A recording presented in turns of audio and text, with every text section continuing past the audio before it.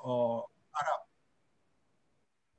뭐 공격할 때 이런데 뭐 이렇게도 사용하고. 그 다음에 또 사용하는 말이 뭐 일반적으로 이제 autonomous 드론이라는데 요거는 좀 약간 애매한 말이에요. 그래서 저희가 하는 이렇게 어떤 obstacle avoidance 없이 이렇게 GPS 시그널로 내가 웨이포인트를 찍으면 거기에 따라서 자기가 주행한다. 뭐 이런 뜻도 되고 최근에는 이렇게 장애물도 피해가는 것도 오토노머스 드론이라고 쓰기도 하는데 궁극적으로 최근에는 이제 obstacle avoidance 드론이라는 말을 좀 더 많이 쓰는 것 같고 최근에 또 다른 사람들은 이렇게 쓰기 좀 뭐하니까 상업적으로 AI 베이스 드론 뭐 이런 얘기를 많이 써요. 그래서 미국에서 최근에 창업해갖고 굉장히 이렇게 저거 하고 있는 것 중에 하나가 스카이디오 그런 회사가 있는데 거기에 그 MIT 분들이 많이 해갖고요 이게 굉장히 좀 요새 많이 쓰이는 말이고 최근에 뭐 미국도 그런지 모르겠는데 이제 한국에서 굉장히 또 사용하는 말은 UAM, 어반 에어 모빌리티라고 그래갖고 이 자동차 회사나 정부에서 이 도시간 아니면 한국 같은 경우에 잠실에서 뭐 어디 출퇴근하는 루트를 만들어서 거기를 대용량으로 사람들을 이렇게 옮기려고 하는 그럴 때 이제 사용해서 앞으로 이 워드가 좀 많이 사용되지 않을까 뭐 그런 생각이 들고 있어요.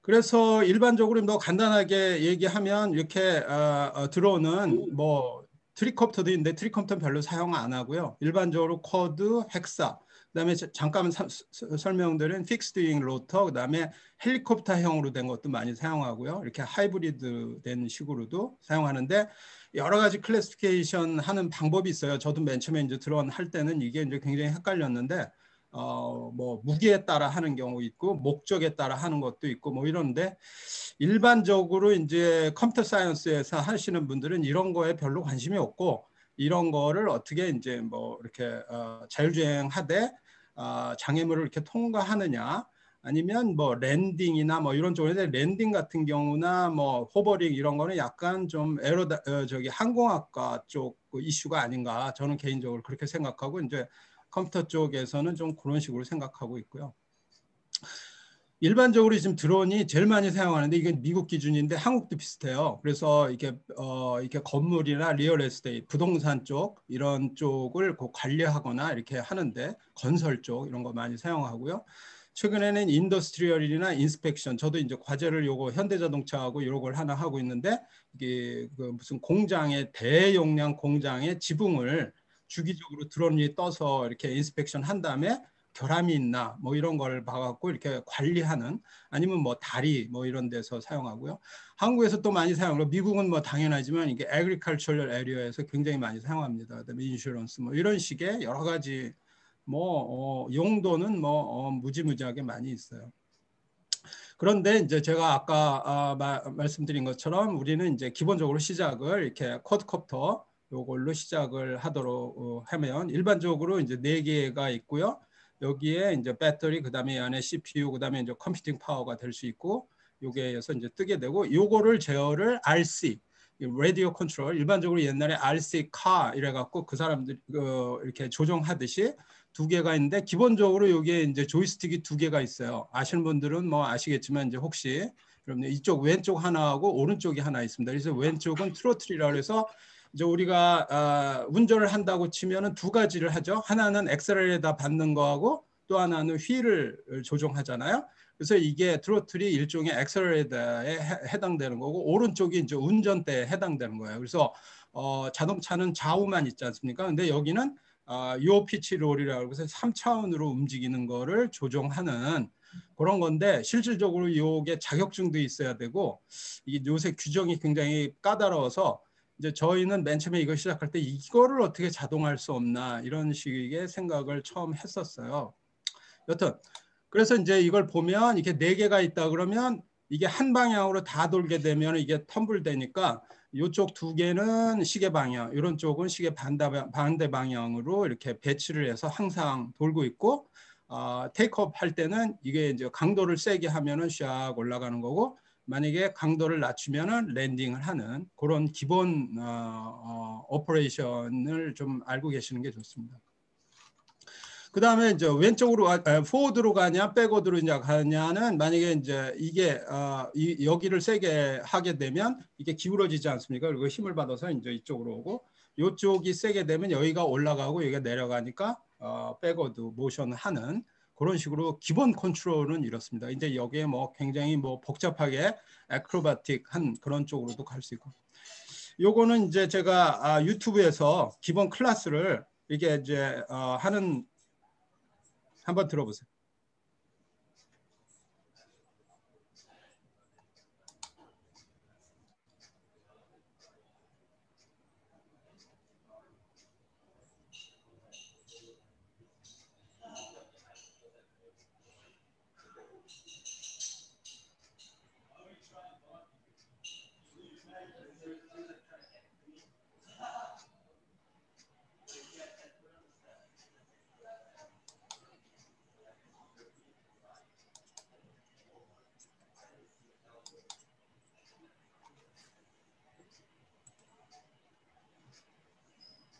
김용 교수님, 영상에 원래 소리가 있나요?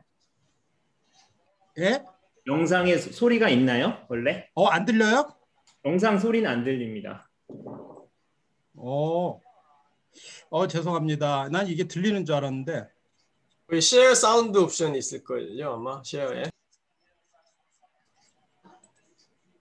쉐어 사운드에 줌 쉐어 말씀하시는 건가요? 새로 공유? 여기에는 그거는 없는데. 이게 하여간 그렇게 사운드 많은 건 아니니까 한번 이건 그냥 나가보고 다시 한번 해보겠습니다. 여튼 그래서 이제 제가 관심 있었던 건 첫째, 드론을 내가 자유제재로 어떻게 해보겠다 하는 생각을 이제 몇 년 전에 했어요. 근데 지금 하시는 거 이렇게 보면 굉장히 어렵거든요. 그래서 요걸 갖다가 이 손의 포즈에 따라서 좌우 앞뒤 그다음에 테이크업 아니면 랜딩 요 손의 포즈만 갖고 이렇게 뭐 이거를 좀 해볼 수 없느냐 하는 게 이제 저희가 제일 먼저 관심이라 카테고리를 이렇게 9개로 만들고 업 앤 다운으로 식으로 해서 이걸 클래시파이 할 수 있는 네트워크를 한번 만들었어요. 그래서 이게 이제 그런 네트워크인데 이제 우리가 일반적인 슈퍼바이저 러닝이 아니라 이것도 이제 DQN 기반 그래서 딥 Q러닝 그 네트워크를 기반으로 여기 이제 센서 데이터 이게 주로 자이로 센서죠. 자이로 센서로 해서 컨볼루션 룰렛 한 다음에 요건 디렉션을 클래시파이하고 요거는 아크를 디렉션을 해서 이 9개의 모션을 갖다 자기 클래시파이를 하고 그걸 가지고 다시 또 2차로 뭐 서클이라든지 스파이럴이라든지 아니면 스퀘어라든지 트라이앵글 이런 식으로 2차로 가서는 좀 더 복잡한 모드 그러니까 이게 모두 하나는 그냥 좌우 앞뒤로 가는 거고 요거는 어떤 지오메트릭 컨피규레이션 트레이젝토리를 만들려고 하는 이런 조종 장치를 이제 저희가 했고 요 비슷한 장치가 이제 그 이후에 굉장히 좀 뭐 많이 나왔고 저희는 요거가 이제 세스 쇼에서 한번 이렇게 전시도 하고 했어요. 자, 한번 볼게요.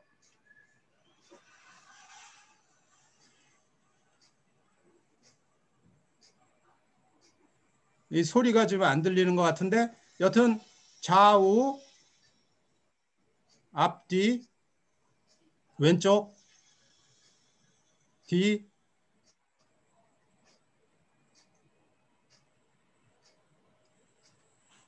이런 식으로 하는 건데 이게 이제 간단한 인베디드 시스템으로 구현을 했고 라스베리 파이 맨 처음에는 큰 걸로 하다 이제 나중에 라스베리 파이 제로 그래서 이제 굉장히 손에 싹 들어가는 그런 이제 뭐 제품화도 했고 이제 미국 특허도 얻고 했는데 제가 이제 이걸 말씀드리는 거는 첫째는 이제 뭐 드론을 공부하다 보니까 먼저 자기가 원하는 대로 컨트롤이 돼야 그 다음에 이제 뭐 자율주행도 넘어가지 않을까 싶어서 이제 이런 식으로 이제 시작을 했어요. 했는데 이제 일반적으로 이런 연구를 또 기존에 꽤 하고 있었어요. 하고 있고 예전에는 뭐 딥러닝 나오기 전에는 뭐 전통적인 제어 컨트롤 티오리에 의해서 했고 이제 최근에는 가장 많이 하는 게 이제 슈퍼바이즈 러닝이죠. 그래서 CNN 베이스로 그걸 이렇게 베리에이션으로 하는 거고 이제 또 리인포스먼트 러닝 기반으로 하는 이런 두 가지 부류가 있는데 슈퍼바이즈 러닝은 뭐 아시겠지만 어드밴티지가 이제 환경이 안정적이고 빠르고 그다음에 좀 이렇게 한번 트레이닝 되면 굉장히 라이트하게 잘 되고 있는 그런 문제 좋죠. 그렇지만 이제 문제는 이 드론 같은 경우에는 이 데이터셋도 방대하고 그다음에 레이블링을 다 손으로 해야 되는데 만약에 도로가 달라지거나 하면 또 레이블링 또 해야 되는 이런 문제가 이제 가장 레이블링 문제가 제일 큰 거죠. 그런데 리인포스먼트 러닝 같은 경우 이 문제를 어떻게 해결하냐 하면 환경을 이제 아티피셜리 만들어야 되니까 저희가 이제 사용하는 예를 들어서 에어심이라든지 아니면 이제 버추얼 리얼리티 셋업에 해당되는 그런 그 시뮬레이터 안에서 트레이닝을 하고 트레이닝이 끝난 다음에 그걸 바로 실시간으로 실환경에 옮기는 그런 식으로 하다 보니까 데이터셋 레이블링이 필요 없고 환경에 적용하는데 이제 문제는 뭐냐면 이게 그럼 시뮬레이션 환경하고 실환경의 차이가 얼마나 극복할 수 있느냐 이 문제가 굉장히 큰 거고요.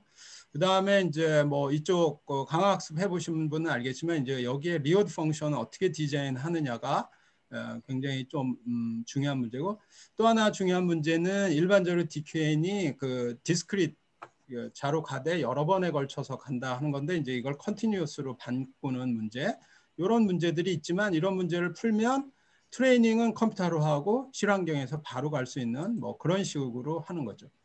그래서 이제 기존에 이렇게 슈퍼바이저 러닝 케이스로 여러 가지 교수님 네? 질문해도 되나요? 네, 돼요. 예. 그전 슬라이드에서요. 예. 예.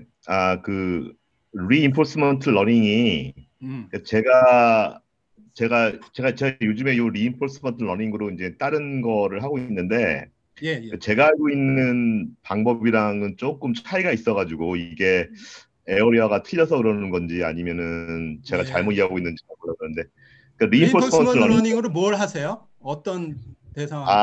예. 저희도 드론 같은 거 하긴 해요. 제가 지금 AT&T 연구소에서 일하는데 예. 저 같은 경우에는 그 드론을 가지고 저희는 셀 타워를 운영하잖아요. 통신회사니까.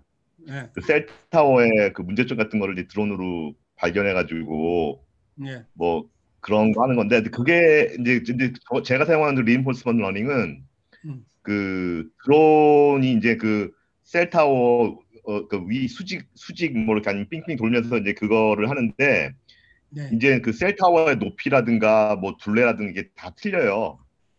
틀린데 이제 저희가 이제 그 미국에 있는 어떤 전국적에 있는 셀 타워의 샘플링을 일단 다 가져와 가지고 그 샘플링 된 걸로 이제 이 드론을 학습을 시키는 거죠. 그게 이제 이니셜 모델을 만드는 거예요.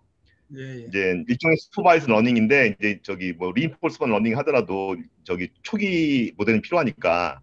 근데 이제 제가 알고 있는 건 리인포스먼트 러닝은 이제 만약에 이제 랜덤하게 이제 전혀 새로운 셀 타워를 갖다 줘도 얘가 트라이어 앤 에러를 하면서 어드저스트 시키는 걸로 이해를 하고 있었거든요. 예, 그 얘기 나오는데 좀 나중에 들어보실래요? 한번 먼저?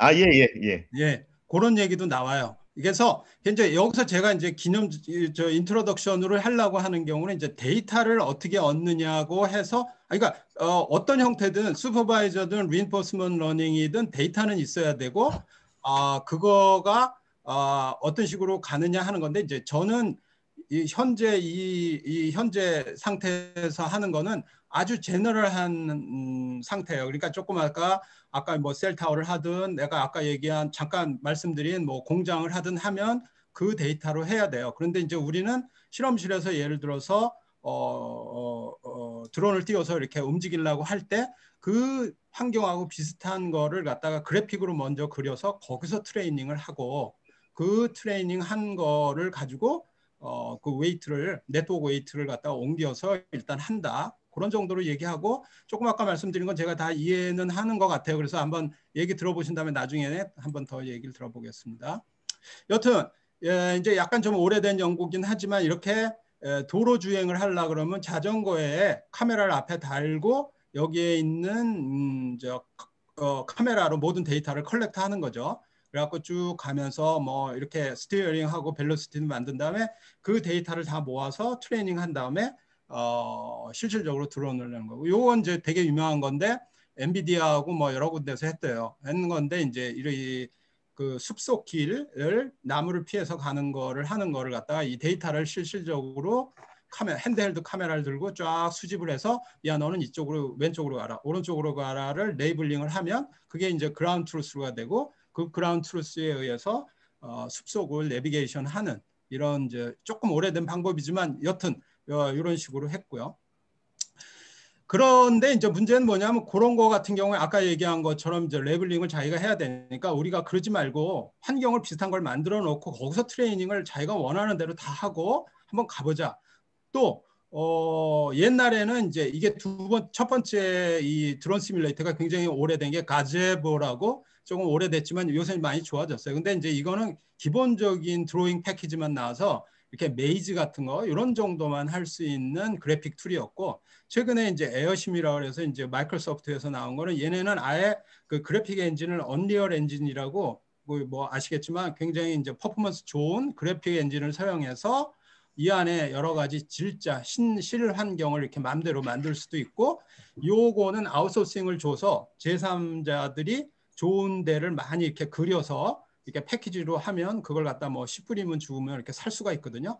그래서 이제 이럴 때 뭐 도로 주행에도 사용할 수 있고 뭐 아까 말씀드리면 모르겠어요. 셀타워 같은 거를 만들어서 거기서 트레이닝도 가능합니다. 이론적으로 얘기하면. 그리고 이제 저희 같은 경우에 이제 실험실 환경을 여기다 집어넣는 건데 또 에어심의 장점은 뭐냐면 이렇게 이제 앞에 있는 카메라를 여기에는 뎁스 카메라, RGB 카메라 이거는 실제 드론 뷰를 제공을 해서 그 인풋을 가지고 바로 하도록 하고 이제 시뮬레이터가 저희가 뭐 최근에 이제 우리 석사 학생을 통해서 이제 드론 시뮬레이터 리뷰 페이퍼를 하나 만들고 있는데 이렇게 뭐 굉장히 많아요. 종류는 많은데 기본적으로 제일 대표적인 게 이 가제보하고 에어심입니다.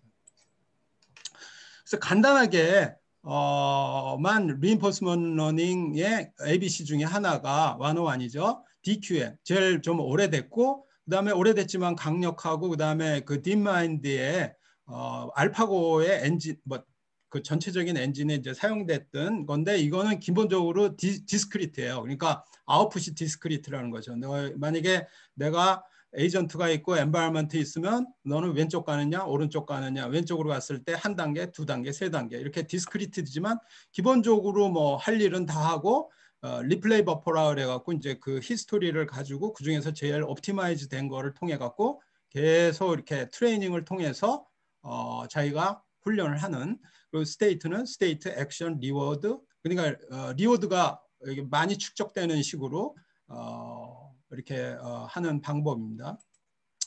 그래서 이 방법을 사용해서 아까 말씀드린 그 환경에서 예를 들어서 기본적으로 이제 제일 많이 사용하는 우리가 이제 시작한 알고리즘이 DQN 그다음에 이제 이 DQN을 조금 더 개선한 게 더블 DQN이라고 해서 여기서 더블링을 시키면 이것도 이제 옥스퍼드에서 나온 건데 조금 더 성능이 많이 좋아지고 그다음에 듀얼링을 시켜서 한 번 더 이게 퍼포먼스를 부스트업하면 DD DQN이라고 그래갖고 전체적인 성능이 좀 좋아진다 이렇게 이제 알려져 있어요. 그래서 우리도 그냥 그 DDQN하고 더블하고 이거를 비교하기 위해서 인풋하고 RGB를 넣어서 한번 이제 돌려본 게 있어요.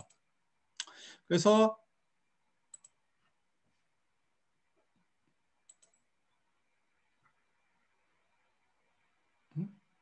왜 안 들어올까?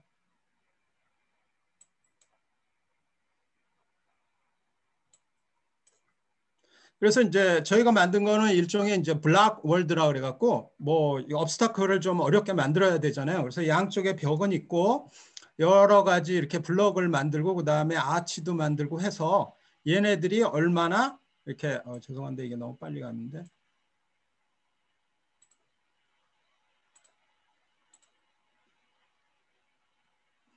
잘 안 움직이네. 죄송합니다.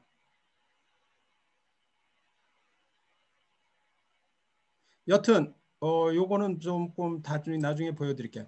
이런 식으로 했는데 이제 DQN이 저희가 해보니까 조금 한계가 있어요. 왜냐하면 이제 디스크리트고 이런 문제가 있어서 기존에도 이제 이런 식으로 뭐 가제보를 사용해 갖고 이렇게 트레이닝을 한 게 있는데 이제 환경 자체는 굉장히 좀 건조하다 그럴까? 이렇게 뭐 자연 환경이나 이런 건 아니고 어떤 메이즈나 이런 걸 실험실 환경에 만든 이런 이제 정도죠.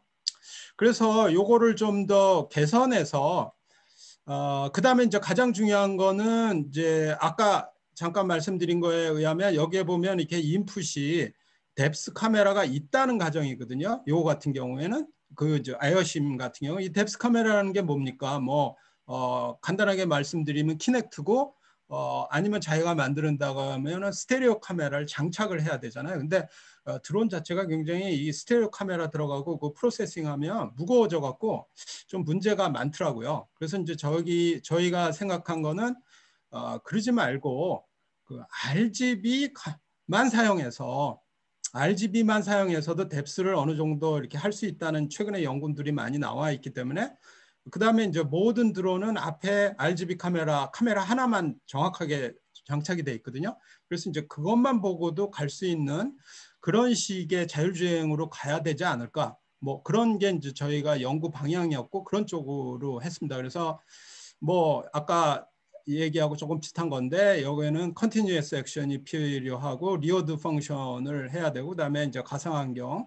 그래서 이제 아이디어는 우리가 이걸 갖다가 할 수 있는 방법이 뭘까 이렇게 생각을 해서 리인포스먼트 러닝이 아까 DQN이 있다면 이 컨티뉴어스로 가려면 액터 크리틱 네트워크라고 뭐 이것도 나온 지는 꽤 오래됐지만 조금 더 복잡해요. 그러면 이제 아웃풋 자체가 컨티뉴어스로 그러니까 연속적으로 제어가 되니까 굉장히 이제 그 자유도나 이런 게 굉장히 증가하는 네트워크를 사용해야만 되더라고요. 그래서 이제 저희가 이 네트워크를 사용하다 보니까 액터 크리틱을 사용하는데 아까 말씀드린 것처럼 인풋도 영상, 동영상으로 들어오는데 그걸 갖다 RGB만 사용하기 위해서 사용한 게 이제 그 유넷 뭐 또 이것도 많이 이제 최근에 사용하는 건데 이게 원래는 유넷이 이제 독일에서 나온 건데 그 주로 그 메디컬 이미지, MRI나 이런 거에 세그멘테이션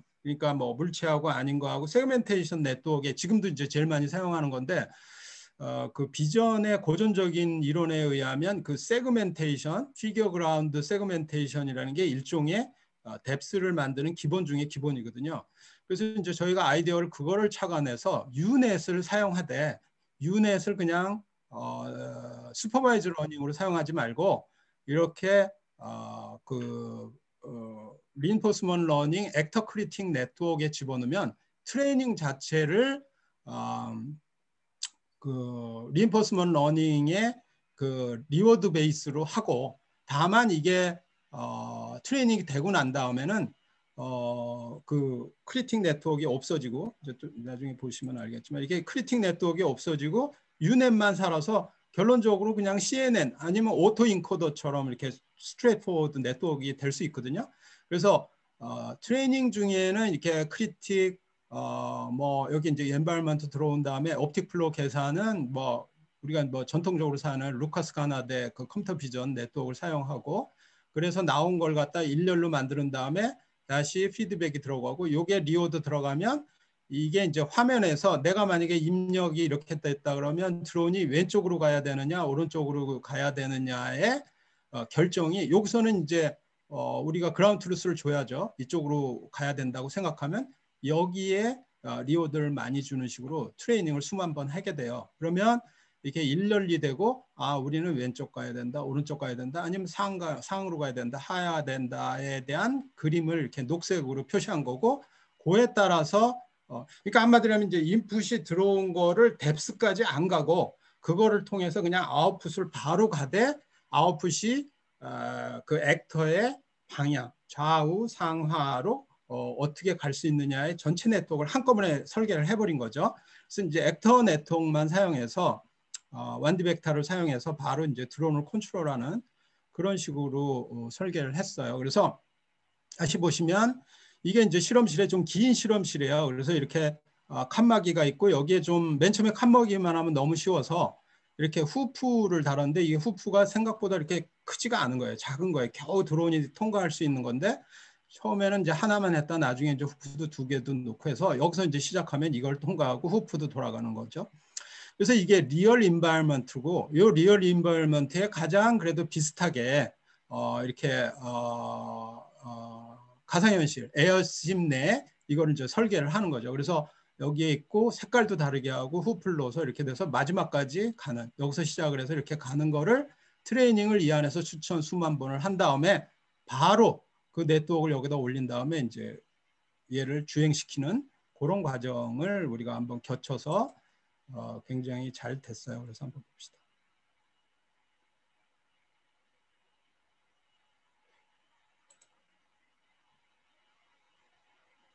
자, 요거는 이제 그 트레이닝 과정만 보이는 거예요. 그래서 그 에어심에서 실질적으로 요거는 그러니까 뭐 트레이닝 에피소드는 이게 4,000번 정도 된다고 하는 거고, 이렇게 이건 시뮬레이션 뷰고 이건 프론트 뷰고, 요게 이제 답이죠. 답이라는 건 뭐냐면 내가 드론이 어느 쪽으로 가야 된다. 왼쪽, 오른쪽. 그 다음에 요게 이제 드론 트레젝토리를 이런 식으로 트레이닝 과정을 보여주는 거고요.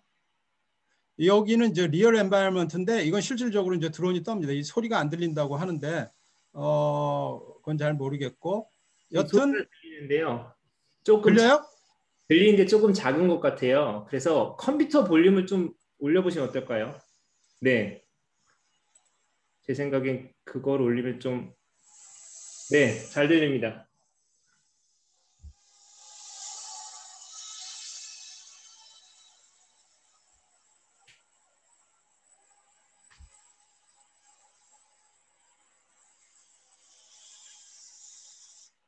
이렇게 했고, 이제 컨피규레이션 2라는 건 아까 질문하고 좀 관계된 건데요. 이 컨피규레이션을 바꿔보는 거예요. 그래서 완전히 앞뒤도 다르고 뭐 이 컨피규레이션을 달았을 때도 얘가 잘 가느냐 하는 문제인데, 뭐 100% 잘 가지는 않지만 컨피규레이션이 바뀌어도 얘가 이제 잘 간다.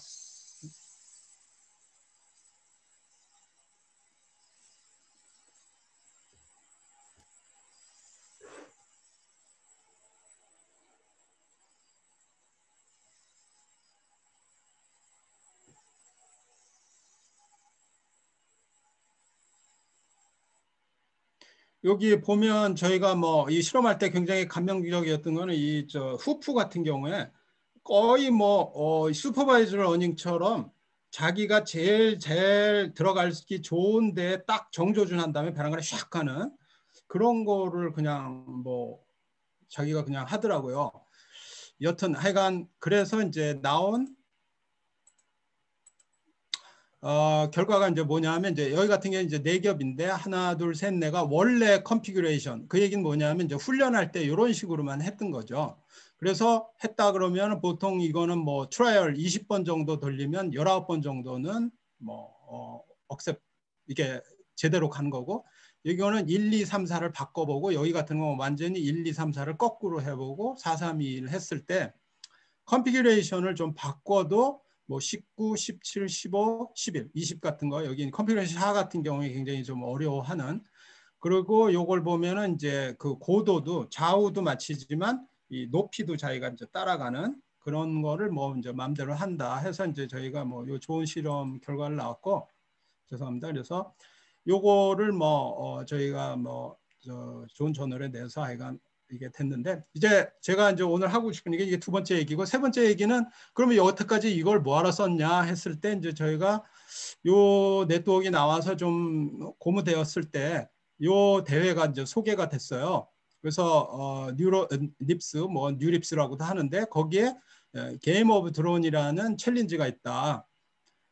거기에 한번 우리 이 네트워크를 사용해서 이거 해보면 어떻겠냐 그랬을 때, 이제 학생들이 맨 처음에 딱 보고는 교수님 이건 거의 뭐 불가능한데요, 그런 식으로 이제 얘기를 했는데, 이건 뭐냐면 이제 티어 1, 2, 3를 해서 이렇게 게이트를 한 20개 정도를 쫙 놓고 거기에 그라운드 트루스를 이건 준 상태, 그러니까 표시만 한 건데, 이 티어 1에서는 그라운드 트루스를 다 둬서 얼마나 빨리 그 길을 따라 20개를 빨리 가느냐가 티어 1. 티어 2는 뭐냐면 요거보다 좀 어려운 태스크인데 그라운드 트루스의 노이즈를 굉장히 많이 줘서 거의 자기가 비전으로 이 게이트를 찾지 않으면 이걸 미싱할 수 있도록. 그다음에 티어 3도 마찬가지인데, 이거는 좀 더 어려운 환경. 이게 이제 중국의 장가계라고 왜 그 마운튼 높은 그 에리어 있지 않습니까? 고기를 배경으로 이렇게 만든 거였어요. 그래서 여튼 여기에 보면 이렇게 이제 했는데 저희는 이제 티어 2, 3만 참가를 했고 나중에 관계자들이 이거 성능이 좋으니까 티어 1도 해라. 근데 이제 그 시간이 없어서 티어 1은 못했고 티어 2, 3에만 참가를 했습니다. 그래서 마이크로소프트하고 스탠포드에서 뭐 주관을 하고 뭐 해서 했습니다. 그래서 하려고 보니까 이제 제일 중요한 거는 뭐냐면 아까 말씀드린 것처럼 이렇게 이 게이트를 먼저 찾아야 되고 게이트의 정가운데 쪽으로 가야 되지 않겠습니까? 그러다 보니까 이제 여기 퍼스트 퍼슨 뷰 이게 들어오는 화면을 가지고 그러다 보니까 제일 중요한 건 이제 오브젝트 디텍션 해야 되고 그 다음에 그 게이트의 가운데로 들어가야 되지 않습니까? 그래서 이제 패스 파인딩 하려고 그러니까 이쪽 이 오브젝트 디텍션 하는 쪽에 많은 네트워크가 퍼블리시 된 게 많아요. 그중에서 한 10개 정도를 저희가 이밸류에이션을 해봤더니 이 목적에 모바일 넷 SSD가 좀 제일 좋은 것 같더라고요. 그래서 물론 이건 이제 논문에 이제 자세히 나중에 나오려고 하겠지만 그래서 이제 요거를 선택을 했고 대부분의 분들이 이제 퍼셉션에다 중점을 줬고 그다음에 이제 액션에서 뭐 저희는 이제 여기에 아까 말씀드린 그 프리트레인 액터 네트워크 그 전에 사용했던 네트워크를 그대로 사용했고 그다음에 이게 정확하지 않아서 온라인 트레이닝을 해서 이터레이션을 도니까 굉장히 좀 좋아지는 것 같아서 이제 두 개를 사용했는데 일반적으로 이제 다른 분들은 이 퍼셉션하고 액션을 사용해서 이 주행을 마치는 그런 형태로 이렇게 됐는데 미리 말씀드리면 이거를 보다 보면 이 게이트가 이런 데는 굉장히 가까워요. 근데 어느 게이트는 엄청 멀어요. 엄청 먼데 여기 같은 경우 굉장히 먼데 이게 자율주행이다 보니까 이 게이트 간 거리가 굉장히 먼데도 불구하고 자기가 있던 속도를 유지하면서 이렇게 가다 보니까 속도가 안 나는 거죠. 근데 이제 우리가 한번 이매진을 해보면 여기서 내가 서울에서 만약에 대전까지 2시간에 가야 되는데 1시간에 주행을 해야 되겠다 싶으면 물론 뭐 톨게이트도 이렇게 가고 그러지만 만약에 길 자체가 굉장히 넓고 그러면은 어떻게 해야 돼요? 과속을 내야 되지 않습니까? 근데 사람은 그걸 하는데 자율주행은 그거를 못 하는 거죠. 그래서 이제 그거에 착안해서 그러지 말고 이 게이트 간 플래닝을 여기다 집어넣어야 이게 좀 획기적으로 되는 거 아니냐. 요거는 이제 나중에 나온 생각인데 요 얘기를 좀 먼저 해보겠습니다. 그래서 먼저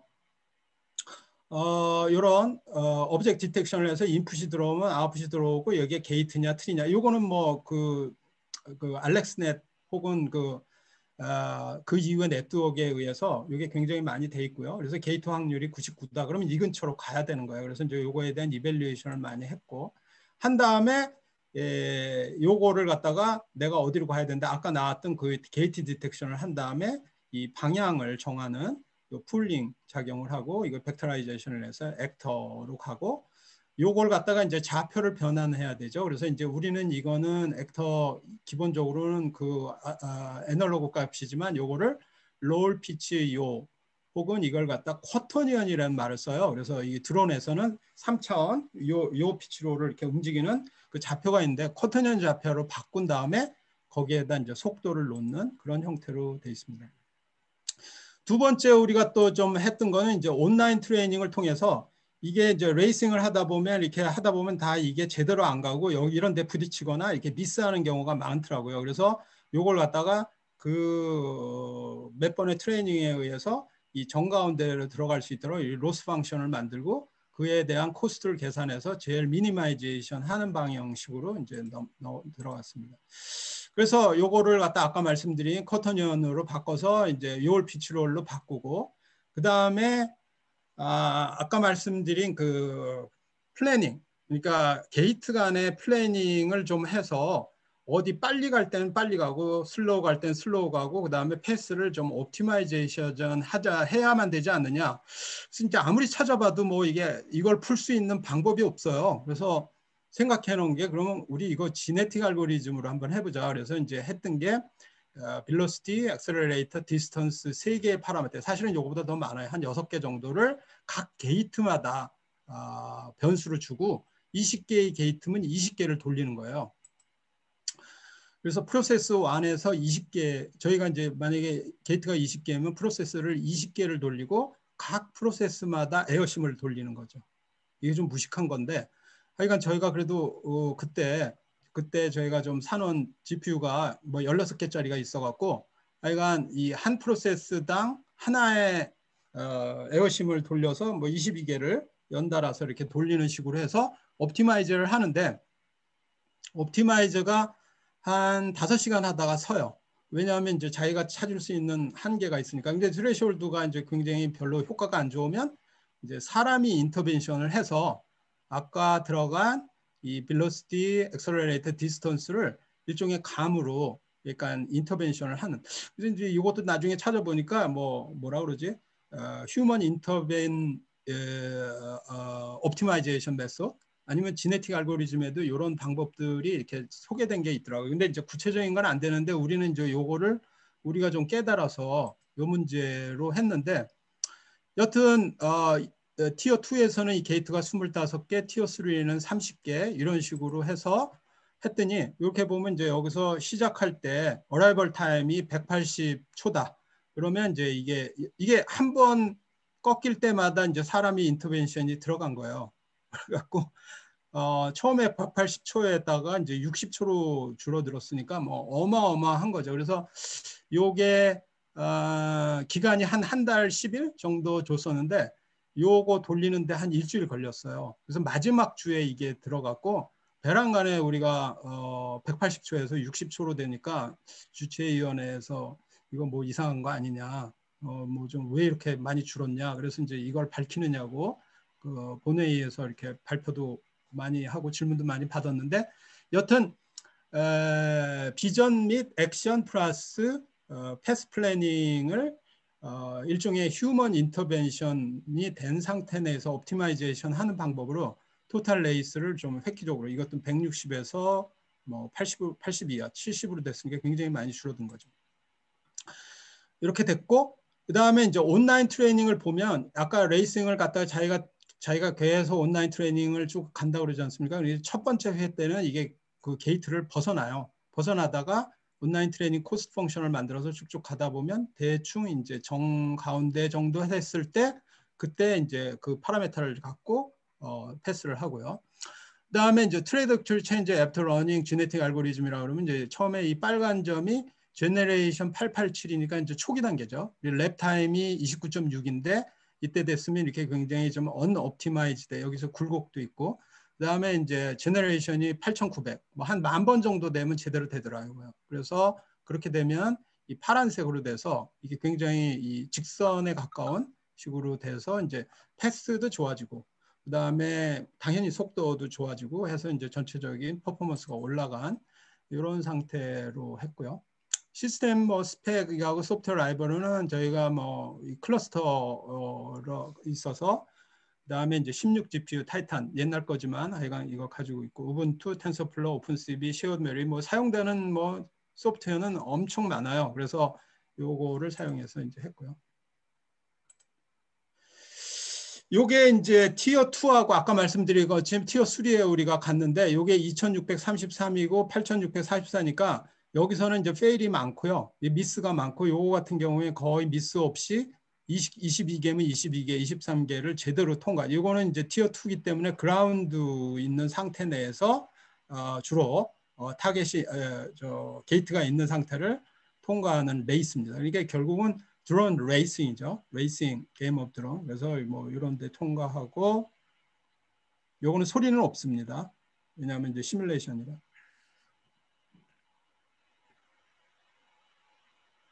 그래서 이런 데서 이 굴속도 샥 통과해서 드론 피니시 이렇게 되고 있습니다. 그 다음에 이제 티어 3가 아까 말씀드린 중국의 장가게 이게 이제 굉장히 좀 거의 뭐 처음에는 이 게이트도 못 찾아요. 너무 이게 업앤다운도 심하고 좌우도 심하고 해서 어려웠는데 뭐 제너레이션을 많이 하면서 이게 1700이고 이게 8700 아닙니까? 그래서 이렇게 되다 보니까 게이트는 다 통과해야 되고 그 다음에 이제 이 대회에서 원래는 여기에다 드론이 하나만 있는 게 아니라 이게 적 드론을 하나 띄워서 그 obstacle avoidance 그러니까 드론 자체도 피해야 되는데 그 문제는 그렇게 어렵게 주지 않았기 때문에 이쪽 그 컴피티션에서 그렇게 큰 문제는 아니었는데 아마 다음 뭐 대회 때는 다른 드론도 observation 하면서 가야 된다. 뭐 그런 얘기를 미리 한 적이 있습니다. 그래서 여기까지 해서 이제 터치다운 되는 그런 상태로 되겠습니다. 뭐 너무 좀 약간 스킵이 많았는데 여튼 뭐 나중에 이제 Q&A로 좀 제가 좀 얘기도 많이 하고 싶어서 좀 빨리 가고 있습니다. 그래서 우리는 주로 이제 비전 베이스 드론 레이싱 시스템으로 가려고 하고 현재는 제가 말씀드리는 거는 그 닙스 그 레이싱만 그것만 했는데 이제 저희가 주타겟이 뭐냐면 원래 이제 유러피언 드론 챔피언이라고 해서 유러피언 드론 챔피언 혹시 미국에도 그 케이블 TV가 뜨는지 모르는데 한국에는 케이블 TV가 있는데 그 드론 레이서들이 4명이면 4명, 3명이면 3명이 줄 서서 레이싱을 어떤 게이트를 통과하면은 뭐 한국의 그 저게 스타크래프트처럼 막 박수치고 이렇게 돈도 많이 받는 그런 그 레이서가 굉장히 요새 유행이거든요. 한참 됐는데 이제 한국에도 그게 들어왔는데 궁극적으로 우리가 지향하는 거는 이 실 드론으로 그 드론 레이싱을 AI 베이스로 가는 거를 목표로 하고 있습니다. 그래서 오브젝트 디텍션 모델은 아까 말씀드린 게이트 엔트리, 그다음에 뭐 스카이로 하고 우리가 이제 사용한 거는 RL 베이스 프레트윈 모델을 아까 거기다 액터에다 집어넣고 다만 그거를 보완하는 방법으로 온라인 트레이닝, 그다음에 아까 말씀드린 그 패스 플래닝 하기 위해서 제네틱 알고리즘 사용해서 이제 게이트 간의 주행을 좀 굉장히 줄이는 걸 사용했다. 그래서 뭐 스피드 플래닝 유징 이볼루셔너리 알고리즘 이즈 크루셜 파트 윈더 컴피티션 이런 식으로 얘기했고요. 아까 잠깐 말씀드린 거죠. 우리는 이 시스템을 좀 더 개발해서 엑스퍼트 드론 레이서 그 사람들은 이제 고글을 쓰고 하거든요. 너무 빠르고 해서 직접 멀리서 볼 수가 없잖아요. 그러니까 자기가 보면서 이렇게 하는 거죠. 아까 보여드린 첫 번째 화면에서 그 사람은 그냥 이렇게 자기가 보면서 하는 건데 레이싱은 그게 보이지가 않아요. 그래서 이제 그 고글을 쓰고 거기서 오는 화면을 보고 이제 하는데 그 드론 레이서하고 우리 AI를 한번 견져보면 아직까지는 뭐 조금 떨어지긴 하는데 궁극적으로 이 드론 레이서만큼 우리는 갈 수 있다 이렇게 생각을 하고 있습니다. 그래서 뭐 이 방법론으로 우리가 이제 제시하는 거는 이 그 버추얼 리얼리티 셋업을 드론 트레이닝에 사용한 게 우리가 처음은 아니에요. 처음은 아니지만 좀 더 이제 뭐 어드밴스 방법, 그다음에 에어심도 사용했고 그걸 갖다가 실질적으로 리얼 환경에서 잘 될 거냐 아니냐 하는 거에 대한 회의가 많이 있었는데 우리는 좀 그런 문제가 생각보다 좀 잘 트레이닝이 된 것 같다. 그래서 실제 문제도 사용하면 효과가 있을 거다 해서 이제 저희가 뭐 조금 아까 말씀드린 것처럼 뭐 정보과제이긴 하지만 이제 뭐 현대 자동차 뭐 그 지붕 같은 거 이제 인스펙션을 가기 위해서 자율주행 하는데 되게 보면 공장 에리어가 또 GPS가 그 별로 이렇게 불안전해요. 하대요. 그래서 우리가 이제 지금 추구하는 드론은 GPS가 없는, 그래서 뭐 우리 이쪽 말로는 GPS denied area 이런 식으로 사용하거든요. 그러니까 GPS가 있으면 그 GPS만 따라가면 다 자율주행 되잖아요. 근데 이제 거기에 obstacle이 있거나 GPS가 이제 죽거나 이럴 때는 그 비전 기반으로나 비전이나 뭐 요새 사용하는 건 라이다 센서를 많이 사용하는데 이제 라이다만 사용해도 또 이제 굉장히 무겁거든요. 그래서 일반적으로 이제 자율주행 자동차 같은 경우는 라이다가 기본 장착이고 최근에는 뭐 벤츠 같은 경우는 레이더까지 있어서 2km 앞에 있는 장애물도 이렇게 같이 뭐 혹시 이제 자율주행 하시는 분들 많이 있으실 테니까 그렇게 사용하는데 이 드론에서의 가장 문제는 이제 그 무거우면 안 돼요. 첫째. 그 다음에 프로세싱 파워도 뭐 이렇게 무한정이 있는 것도 아니고 하다 보니까 이제 될 수 있으면 그런 거를 줄이고 라이트 하면서도 그 목적에 맞도록 가는 그런 쪽으로 하기 때문에 나름대로 뭐 이제 그 재밌는 이렇게 그 뭐라 그럴까 그 어플리케이션 에리어가 굉장히 많아서 그런 쪽으로 연구를 하고 있습니다. 물론 뭐 이거 말고 저는 뭐 사실은 뭐 좀 다른 연구도 하고 있지만 이 드론 파트가 이제 현재 우리 학생들하고 했고 유지하고 있는 에리어입니다. 뭐 제가 저 중간에 설명을 너무 자세히 들어가면 또 너무 오래 걸릴 것 같아서 했는데 좀 어떻게 모르겠어요. 시간을 제대로 지켰는지 모르겠는데 뭐 이론적인 거나 아니면 실질적인 거나 여러 가지로 뭐 한번 저 질문을 주시면 한번 최대한 답해 보도록 하겠습니다. 이상입니다.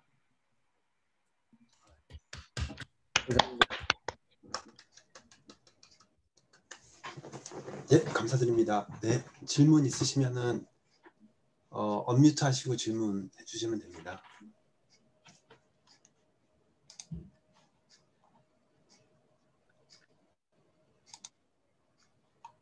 저기 교수님 감사합니다. 아주 잘 들었고요. 너무 저기 흥미로운 내용인 것 같아요.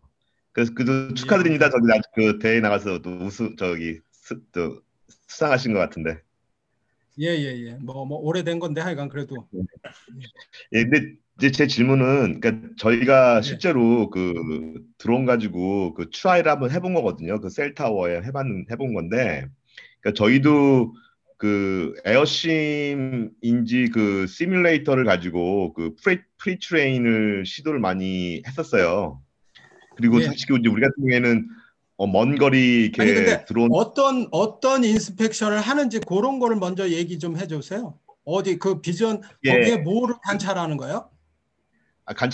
관찰보다는 이제 그 셀타워 같은 경우에는 이제 그 밖에 나와 있는 거기 때문에 뭐 날씨라든가 뭐 여러 가지로 이제 파손이 됐거나, 그러니까 셀타워 기능이 뭐 아무 이유 없이 떨어진다 그러면 이제 그 드론을 날려서 그 셀타워에 혹시 파손이 있나 뭐 이런 거를 이제 그 비주얼리하게 이제 그 하는 거거든요. 근데 이제 저희는 뭐 그 드론이 뭐 고치는 게 아니고 그냥 그 셀타워에 그 골고루 사진을 이렇게 찍어오는 거예요. 그 사진 찍어서 지상으로 다시 송출하는 뭐 그런 간단한 기능인데도 이게 시뮬레이터가 이게 한정이 있더라고요. 프리트레인 시키는데 예를 들어 그 교수님은 그거 하셨는지 모르겠는데 이제 야외니까 바람도 생각해야 되고 기타 다른 이제 날씨 같은 것도 이제 외부 환경도 많이 잡아두더라고요. 근데 그런 건 시뮬레이션을 안 하면 그 결과가 성격이 달라지더라고요. 실제 날리면은.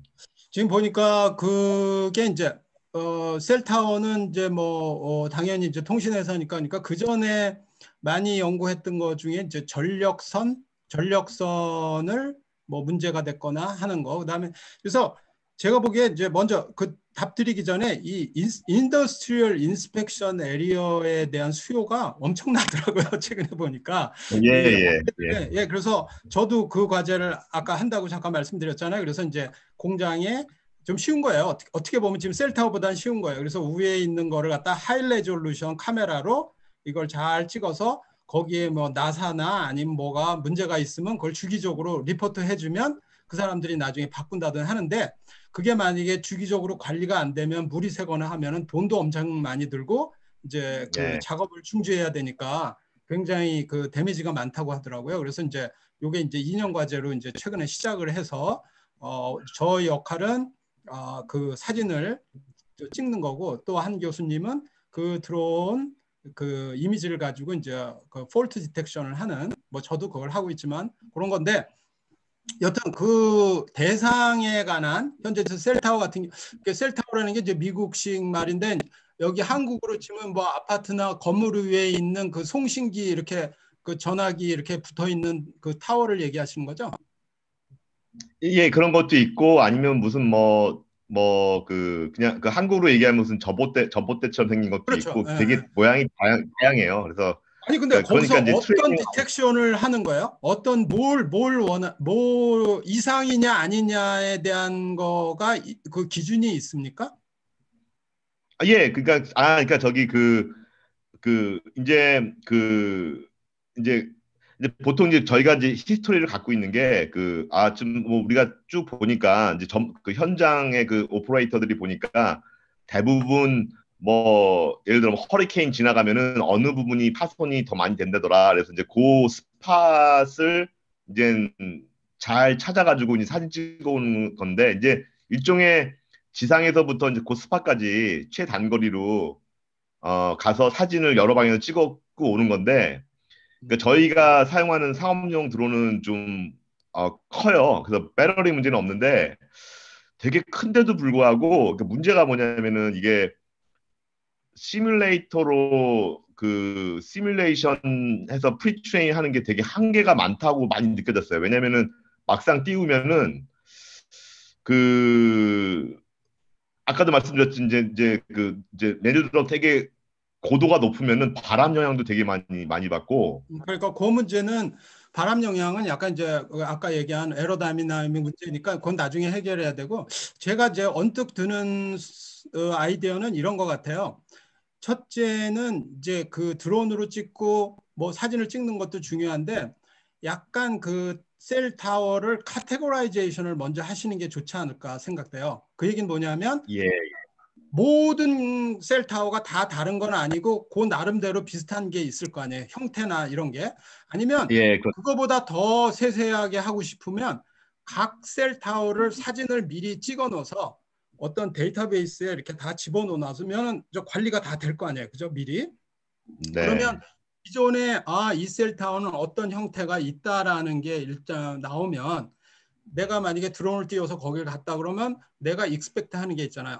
이 셀 타워는 이런 모양이었어야 하는데 지금 보니까 바람이 불어갖고 어디가 데미지가 됐다. 그러면 디텍션도 쉽고, 이거는 조금 약간 뭐 어떻게 보면 약간 그 좀 더 실용적인 입장에서 얘기하는데, 저희도 이 조금 아까 말씀드린 그 과제를 하는데, 저희가 말씀드린 건 드론 띄우고 그 다음에 뭐 폴트 디텍션 하는데, 실질적으로 회사에서 하는 일은 그 공장의 각 요소가 어떤 형태로 돼 있다는 미리 데이터베이스를 만드는 일을 해놓은 다음에 여기서 나온 일을 거기다 매칭을 시켜서 일을 좀 쉽게 하면 원래 내가 익스펙트드에서 현재 그 오퍼레이션 해야 되는 게 어느 문제 때문에 이렇게 되는구나 하는 걸 갖다가 좀 이렇게 찾기가 쉬운 그런 전체적인 시스템이 돼야지, 이 드론 갖고 모든 디텍션을 다 이렇게 해결하기에는 현재는 힘들어요. 다만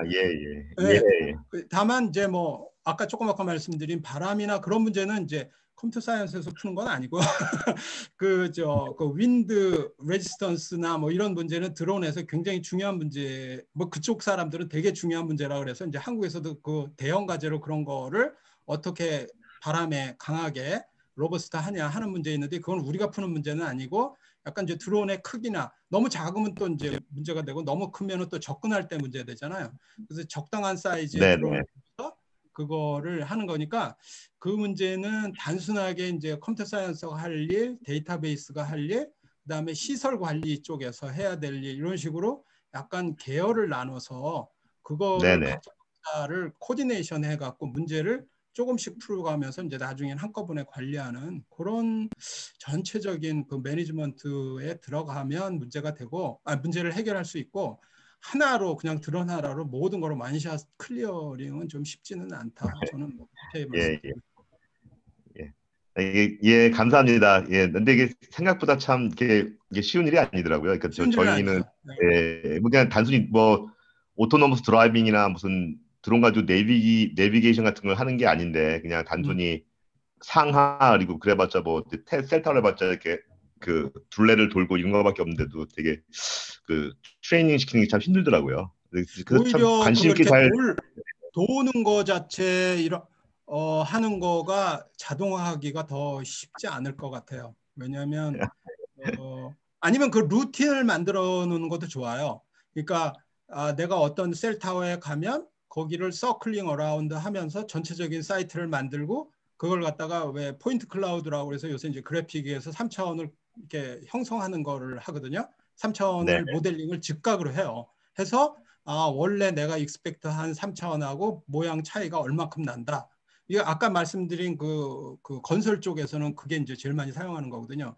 예를 들면 내가 강원도에 요번에 비가 와서 산사태가 났다. 근데 도로가 유실됐다. 그러면 드론이 가요. 요새는 진짜 가요. 가는데 원래 도로의 원모습이 있잖아요. 원모습이 있을 거고, 현재 내가 찍은 사진을 3차원 모델링 했을 때 한 사진이 되면 어디가 유실됐고 어디가 흙이 많이 나였으니까 그쪽을 빨리 처리를 해야 된다. 그래갖고 사람들을 보내서 그 문제를 해결하는 식으로, 그러니까 궁극적으로는 데이터베이스하고 실질 사진하고의 매치 관계, 그런 식으로 많이 해결을 하는 것 같습니다. 예, 예, 감사합니다, 교수님. 예. 뭐 예, 아무거나 해도 좀 여쭤보세요. 예, 말씀 잘 들었습니다. 예, 예. 굉장히 흥미로운 일을 하고 계시는데요. 저도 뭐 카메라를 이용해서 뭐 이미지 프로세싱, 뭐 러닝 좀 하고 있는데, 지금 이렇게 사용하시는 드론에 있어서 카메라 RGB 카메라 하나를 이용하신다는데 어떤 카메라가 가장 이상적인 카메라가 될까요? 어떻게 보면 굉장히 고화질의 뭐 카메라일 수도 있고, 아니면은 내비게이션 목적이면은 굉장히 간단한 카메라만 있어도 될 것 같고, 어떤 카메라가 좋은지 한번 말씀을 듣고 싶어서요. 그것도 조금 아까 이제 뭐 우리가 많이 고민하고 아까 전 질문하고도 관계되는데 제가 그쪽으로 답은 안 드렸는데, 첫째 이제 우리가 보여드린 거는 사실은 이게 이제 비밥 드론이라고 해서 아시겠지만 패러드에서 나온 아주 뭐 싼 모델이고, 그렇지만 굉장히 이게 솔리드하고, 그다음에 이제 API도 픽스웍 계통이라 그래서 잘 이렇게 정렬이 돼 있기 때문에 우리가 한 연구를 다른 사람들이 하도록 하기 위해서 이제 우리는 그 드론을 사용했고, 거기에 사용하는 그 카메라는 그렇게 하이 레졸루션이 전혀 아니고 정면만 보는 문제가 있어요. 그래서 제가 사실은 드론을 얘기하면 제일 먼저 얘기하는 게 이제 항공과 사람들은 짐벌이라는 걸 얘기하거든요. 근데 저는 얘기 안 했잖아요. 그래서 앞에 이렇게 픽스드 그 카메라만 사용해서 내비게이션 목적으로만 이렇게 사용한 거고요.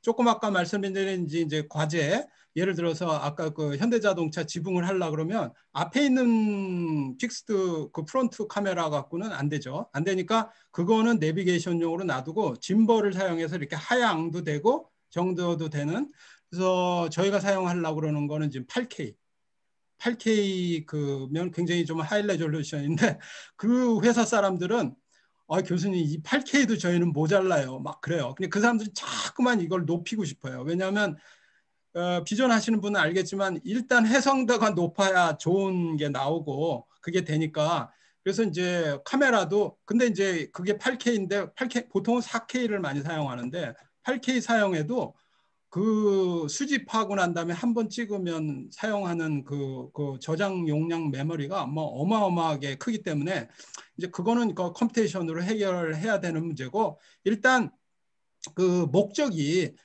저희 같이 내비게이션용이라 그러면 그렇게 하이 레졸루션으로 갈 필요는 없고, 만약에 인스펙션용이다 그러면은 이제 그 목적에 맞는 좀 고해상으로 가야 되는데, 그러다 보면 프론트는 따로 있고 이제 그 수집용 카메라는 이제 하향으로 보거나 좌우로 볼 수 있는 그 짐볼을 사용해서, 아니면 그 픽스드 카메라를 사용해서 멀티 카메라로 가는 거는 전체적인 대세인 것 같습니다. 대세인 것 같고, 아까 제가 잠깐 요거하고는 관계없는데 그 스카이디오라는 회사를 얘기했는데, 스카이디오 회사 한번 들어가서 또 보시면 걔는 이제 obstacle avoidance 전문 AI 드론 회사로 굉장히 뜨고 있는데, 드론 하나에 카메라가 6개인가 넣어요. 근데 6개를 뭐 윙마다도 넣고 위로도 넣고 밑으로도 넣고 앞에로도 넣어서 완전히 3D 컨스트럭션을 그냥 주위 환경을 다 잡는 데만 관심은 있는데도 그 6개의 카메라를 사용하는데, 우리가 뭐 실험실에서 6개 카메라를 사용도 쉽지 않지만 그 기구 안에 그걸 다 집어넣는 것도 기구가 이게 좋지 않으면 그건 어렵거든요. 그럼 결국 걔네 그 드론을 사용해야 되니까 이제 그런 연구는 좀 학교에서 하기는 힘들고, 우리가 일반적으로 약간 인더스트리나 아니면 실험용으로 한다 그러면 그냥 포워드 카메라보다는 높은 아까 얘기하는 뭐 4K든 8K 정도를 사용하면 어느 정도 이렇게 자기가 원하는 오브젝트 디텍션이나 아니면 아까 조금 말씀드린 그 3차원 모델링 하는 데 있어서는 좀 현재로서는 괜찮은 레졸루션 정도 아닌가. 근데 이제 앞으로는 시간이 가면 갈수록 더 이제 고화질 카메라를 사용해서 이런 문제를 해결하려고 하겠죠. 하는데 이것도 이제 얼마나 물체에 가깝게 가는 수 있느냐, 멀리 가느냐. 너무 가까이 가면 이제 해칠 수가 있거든요. 그 물체나 아니면 이제 드론이 파손될 수도 있고 해서 이제 그런 거는 뭐 경험치에 의해서 보통 이렇게 하는데, 여튼 그 카메라 레졸루션 문제는 자기가 사용할 그 해상도에 맞는 정도까지를 들어가야 되니까 그럼 이제 새로 설치를 해야 되는 문제고 이제 저희는 현재로서는 내비게이션 쪽만 좀 아니 물론 이제 과제는 아까 인스펙션은 굉장히 그 복잡합니다. 그래서 그 드론 같은 경우엔 DJI 좀 약간 무거운 5kg 한 6kg 정도 됐는데 카메라가 굉장히 이렇게 헤비해도 이게 될 수 있는 그거를 지금 채택을 해서 그거 구매 예정이고 현재 이 오토노머스 내비게이션 입장으로서는 그렇게 큰 거를 하면 일단 프로세싱 속도도 안 따라가고 내비게이션으로 그렇게 할 필요도 없어요. 내비게이션 자체로 봐서는. 그래서 여러 개의 센서를 이렇게 다양하게 아니면 여러 개의 카메라를 목적에 맞도록 이렇게 사용하는 게 전체적인 경향인 것 같습니다. 이 질문에 답이 됐는지 잘 모르겠습니다. 네, 감사합니다. 예.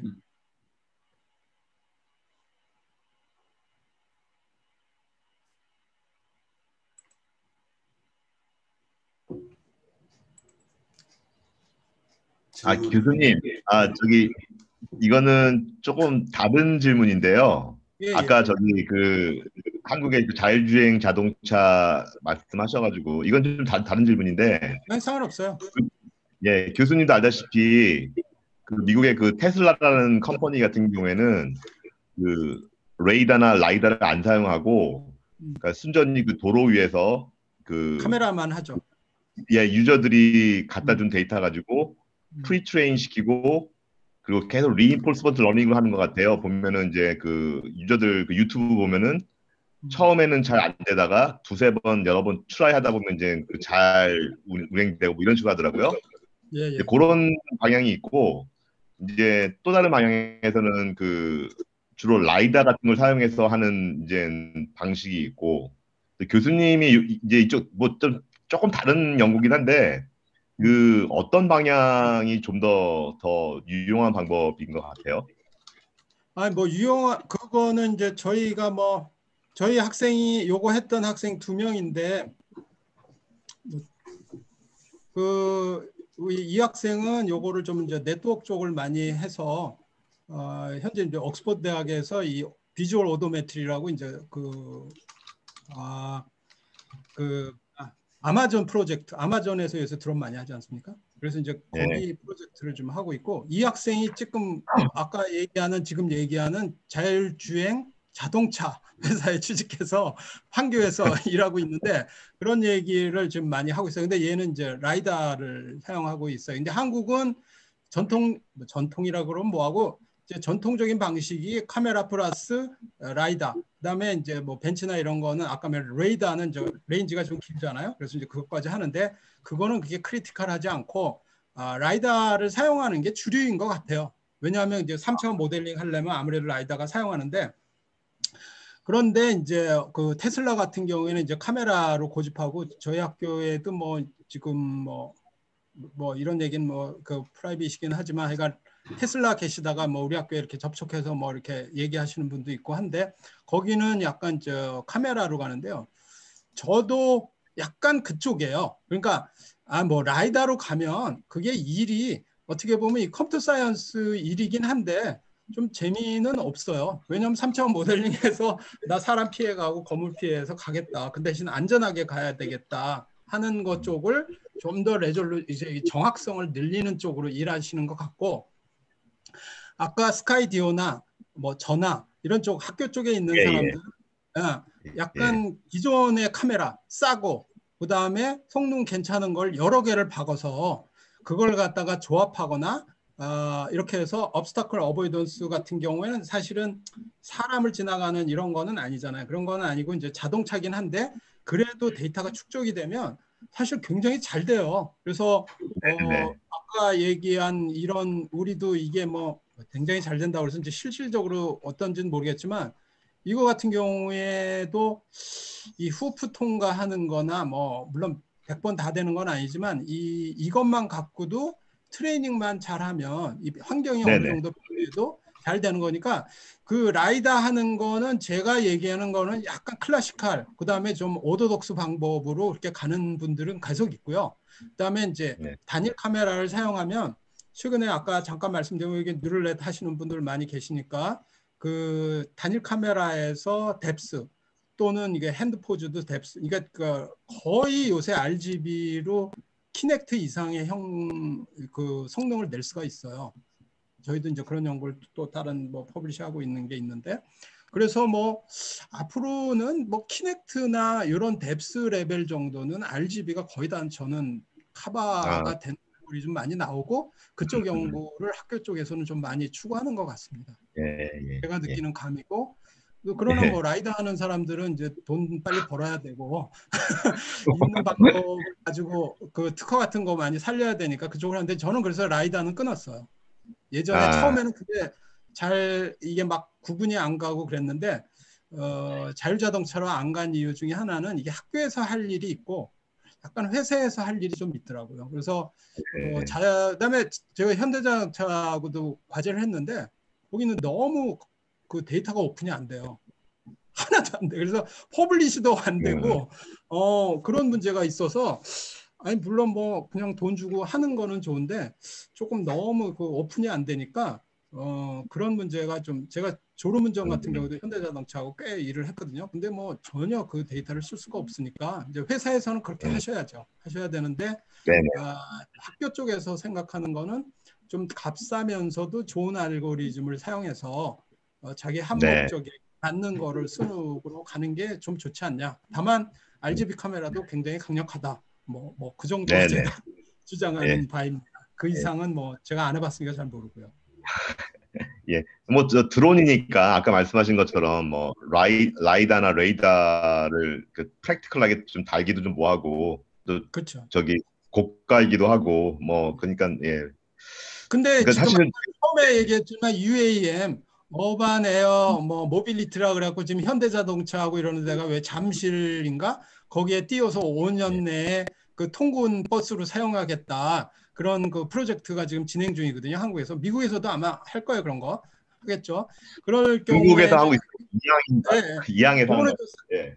이항인데 그걸 좀 대규모로 하는 거예요. 근데 그거 같은 경우 이제 사람도 태우고 가면 안전이 엄청 중요하잖아요. 그렇죠. 그 안에 뭐 라이다, 레이다 뭐 다 집어넣을 거예요. 다 집어넣어서 하는 건데, 그거는 뭐 약간 학문적이라기보다는 이제 실용화 과제라고 그럴까? 그렇게 봐야 되지 않을까 싶어요. 그렇지만 그 굉장히 이제 유의미한 그런 이제 발전이죠. 왜냐하면 거기서 이제 그쪽에서 나오는 데이터나 이런 게 이제 많이 나올 거니까. 그런데 이제 거기 같은 경우에 라이다나 뭐 좋은 센서 있는데 다 집어넣어서 무거워도 이제 문제는 배터리가 그만큼 이제 파워 부스팅을 할 수 있느냐 문제인데, 또 배터리도 한국에서는 또 배터리 하면 막 모든 인더스트리가 지금 올인 모든 돈을 다 부어서 지금 배터리로 가고 있거든요. 알고 계시겠지만 LG 뭐 SK 뭐 그다음에 포스코 뭐 안 하는 회사가 없어요 요새 배터리. 우리 학교에서도 재력과 화학과 뭐 이런 데 교수 거의 대부분 다 배터리만 하세요. 그러니까 연구는 다 배터리만 해요. 그러니까 그리고 나머지는 다 컴퓨터 사이언스, 거의 두 분야인 것 같아요 요새. 배터리 아니면 AI. 그것밖에 없어요. 감사합니다. 예. 뭐 다른 얘기를 해도 뭐 한국 뭐 잘 아시겠지만 제가 뭐 학교에서 있는 입장에서 뭐 그냥 제 사견을 말씀드리는 거니까 뭐 질문해 주세요. 시간이 가능하면. 이제 시간이 좀 많이 됐는데 질문 한두 개 정도만 더 받아 보겠습니다. 질문 있으시면 말해 주시고요.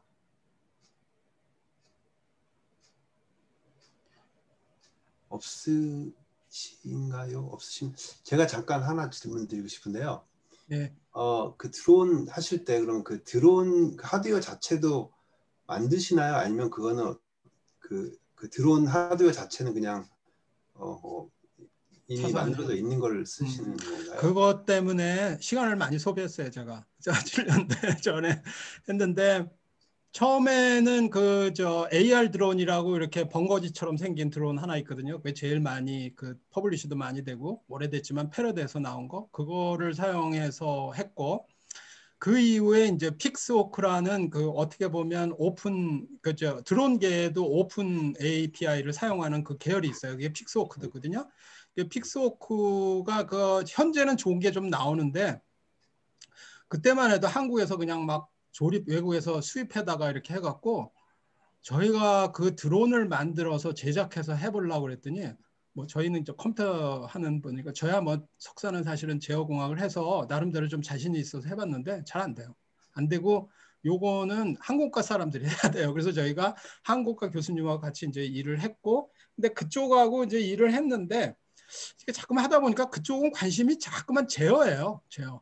그래서 뭐 레이더를 써서 어떻게 착륙을 잘하느냐 아니면 뭐 착륙할 때 어디 뭐 비주얼리 뭐 잘하느냐 아니면 아까 AT&T 계신 분이 얘기했지만 바람에 얼마나 강하느냐 이런데 궁극적인 관심이 있지 이렇게 뭐 데이터라든지 자율주행을 뭐 obstacle avoidance 이런 쪽에는 아무래도 자기네 전공이 아니니까 관심이 없더라고요.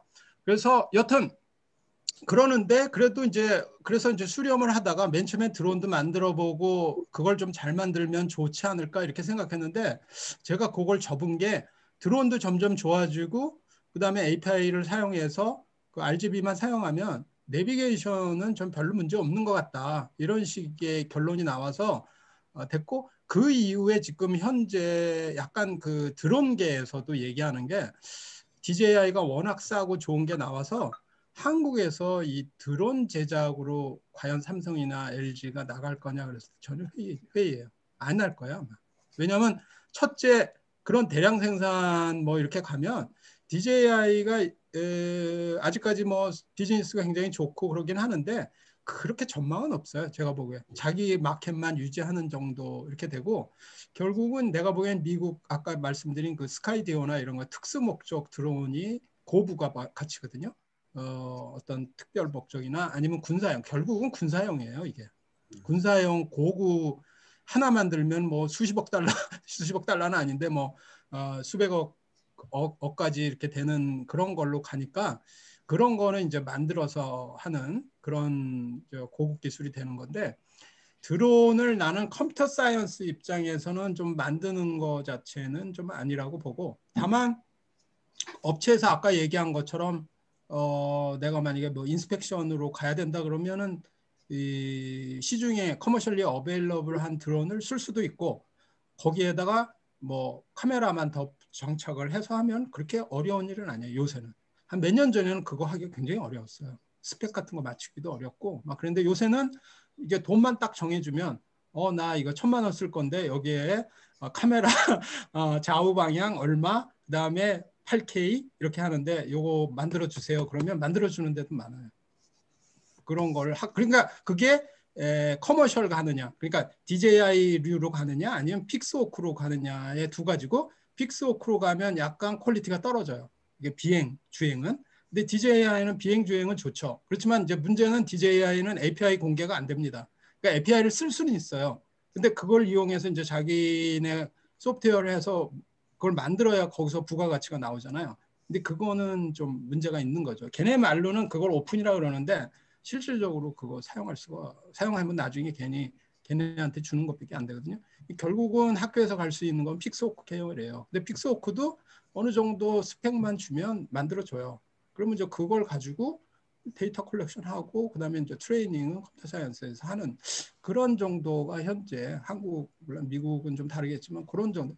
그게 이제 노하우 중에 하나인데 그런 이제 선을 좀 잘 만드는 건데 처음에는 드론 쪽 이거 시작하면 너무 해결할 문제가 많아갖고 정신이 없어요. 맨 처음에 뭐 이게 내가 뜨는 걸 해야 되느냐, 카메라 뭐 써야 되느냐, 그다음에 조정은 내가 뭐 조종사를 구해야 되느냐, 뭐 그런 문제.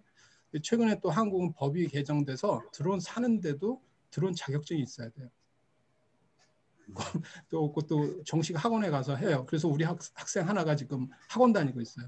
사기 위해서 새로 사기 위해서 또 한 200만 원 들어갔고 드론 자격증이 이게 레귤레이션으로 돼서 걔네들 그걸 가진 사람이 드론을 사. 기존에 산 드론은 상관없는데 새로 산 드론은 뭐 그래야 된다고 그러더라고요. 그래서 그 레귤레이션 문제도 있고 그래서 드론 문제가 굉장히 뭐 여러 가지 그 이렇게 혼합된 지식하고 이 자기가 디시전 메이킹 하려고 그러면 혼자 하기는 굉장히 좀 어려운 요소도 있어요. 아니면 제일 좋은 거는 약간 협업을 하셔야 돼요. 협업. 내가 어느 분야 사람들하고 이렇게 하려고 그러는데 같이 해서 그 사람들하고 이런 문제를 푼다. 이런 식으로. 그런 걸 하고 있고, 저 같은 경우에는 그래서 이제 제 특성을 조금 약간 유니크하기 위해서 약간 레이싱 드론. 이게 뭐 커머셜은 아니지만 그래도 좀 또 모르잖아요. 이게 엔터테인먼트. 결국 알파고도 이게 이세돌하고 싸워서 유명해진 거잖아요. 그래서 우리는 드론 자체를 사람 파일럿보다 더 좀 빨리 가는 거 이런 쪽으로 좀 가려고 그러고, 제가 말씀을 안 드렸는데 이제 세계적으로 한 두세 개의 유명한 챌린지가 있어요. 여기에 보면 락히드 마틴 아시죠? 이거 저 항공회사. 여기 이 상금이 100만 불이에요. 10억, 12억. 매년 하는데 작년에는 안 했나? 이 한국에서는 한 번도 이거 우승한 적 없어요. 저는 저 목표가 여기 우승하는 거 100만 불 어디다 쓸지 모르겠지만 이건. 그다음에 이제 아이로스라 그래서 이게 로봇 하는 사람들인데 이건 좀 작은 기회고, 그다음에 이제 아까 말씀드린 마이크로소프트 이거는 계속 한다고 그랬어요. 그래서 요거는 좀 더 컴퓨터 사이언스 오리엔트드 된 거고, 요거는 이제 실 드론을 가지고 실 게이트를 해야 되기 때문에 이 드론 자체 제작이나 그 컨트롤하는 보이들이 몇 명이 이게 군이 좋아야 돼요. 자기 혼자는 못해요. 그래서 그 사람들이 있고 거기에다 좋은 알고리즘을 넣어서 하면. 근데 요거는 1등한 그룹이 이제 네덜란드의 델프트 공대라고 그 유명한 데 있거든요. 거기서 우승했어요. 그래서 100만 불을 찾아갔어요. 이 사람들.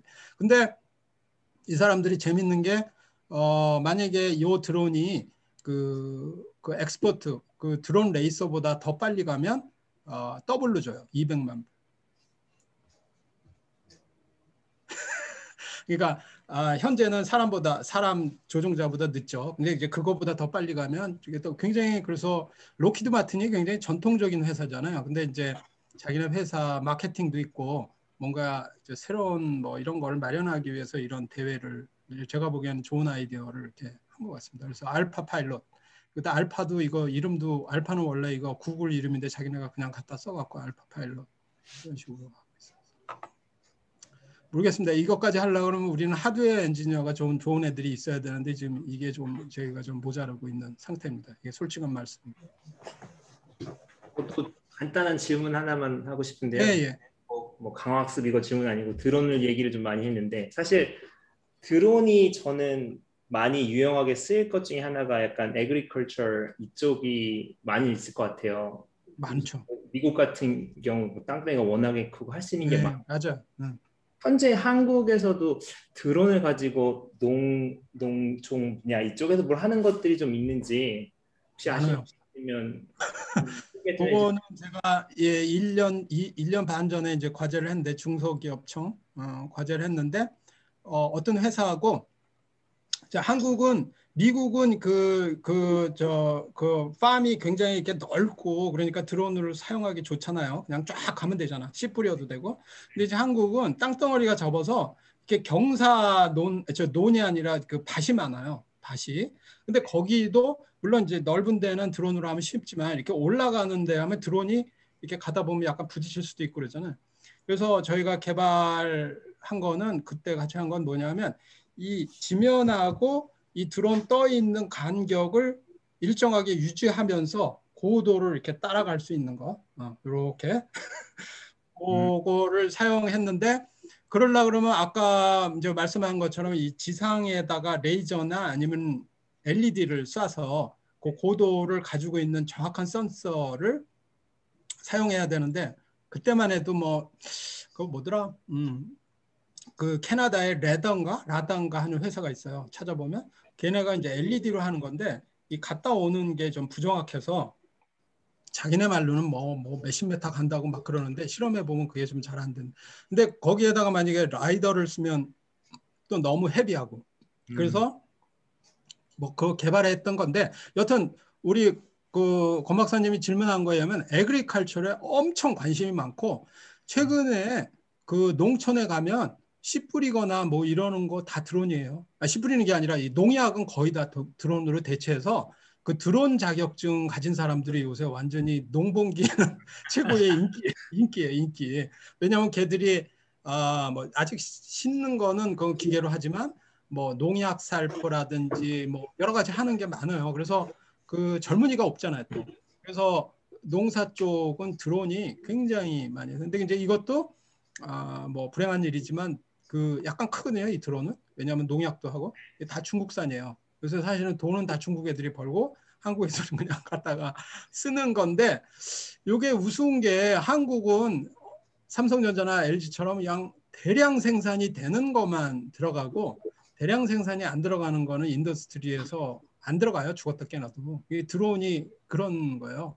그래서 그런 드론은 좀 중국한테 좀 많이 하고 있다. 여기 내가 적어는 없는데, 그래도 이제 반가운 소식 중에 하나는 두산에서 그 수소 드론이라고 들어보셨죠? 그래서 이 제일 중요한 게 현재는 배터리인데 그 시간이 많이 안 되니까 이 수소 같은 경우는 연료로 하는 거니까 뭐 한 2시간도 가요. 그래서 이 서울하고 제주도 아니면 서울하고 울릉도까지 갔다 오는 드론 같은 거, 연료 입장에서 그런 드론을 개발하면 이제 여행용으로 사용하거나 아니면 장기간 농업용으로도 이렇게 사용할 수 있는 거죠. 근데 이제 그냥 왔다 갔다 하는 드론은 별로 이제 부가가치가 별로 없잖아요. 결국은 거기에서 들어가서 쫙 만약에 예를 들어서 그 에리어를 갖다가 스캐닝을 했다 그러면 얘가 뭐 미리 올해는 얼마큼 나올 거고, 그다음에 작황이 언제고, 그다음에 요새 평균이 얼마고, 뭐 이런 것까지 그냥 데이터베이스로 쫙 나오더라고요. 미국은 지금 그런 식으로 많이 가고 있거든요.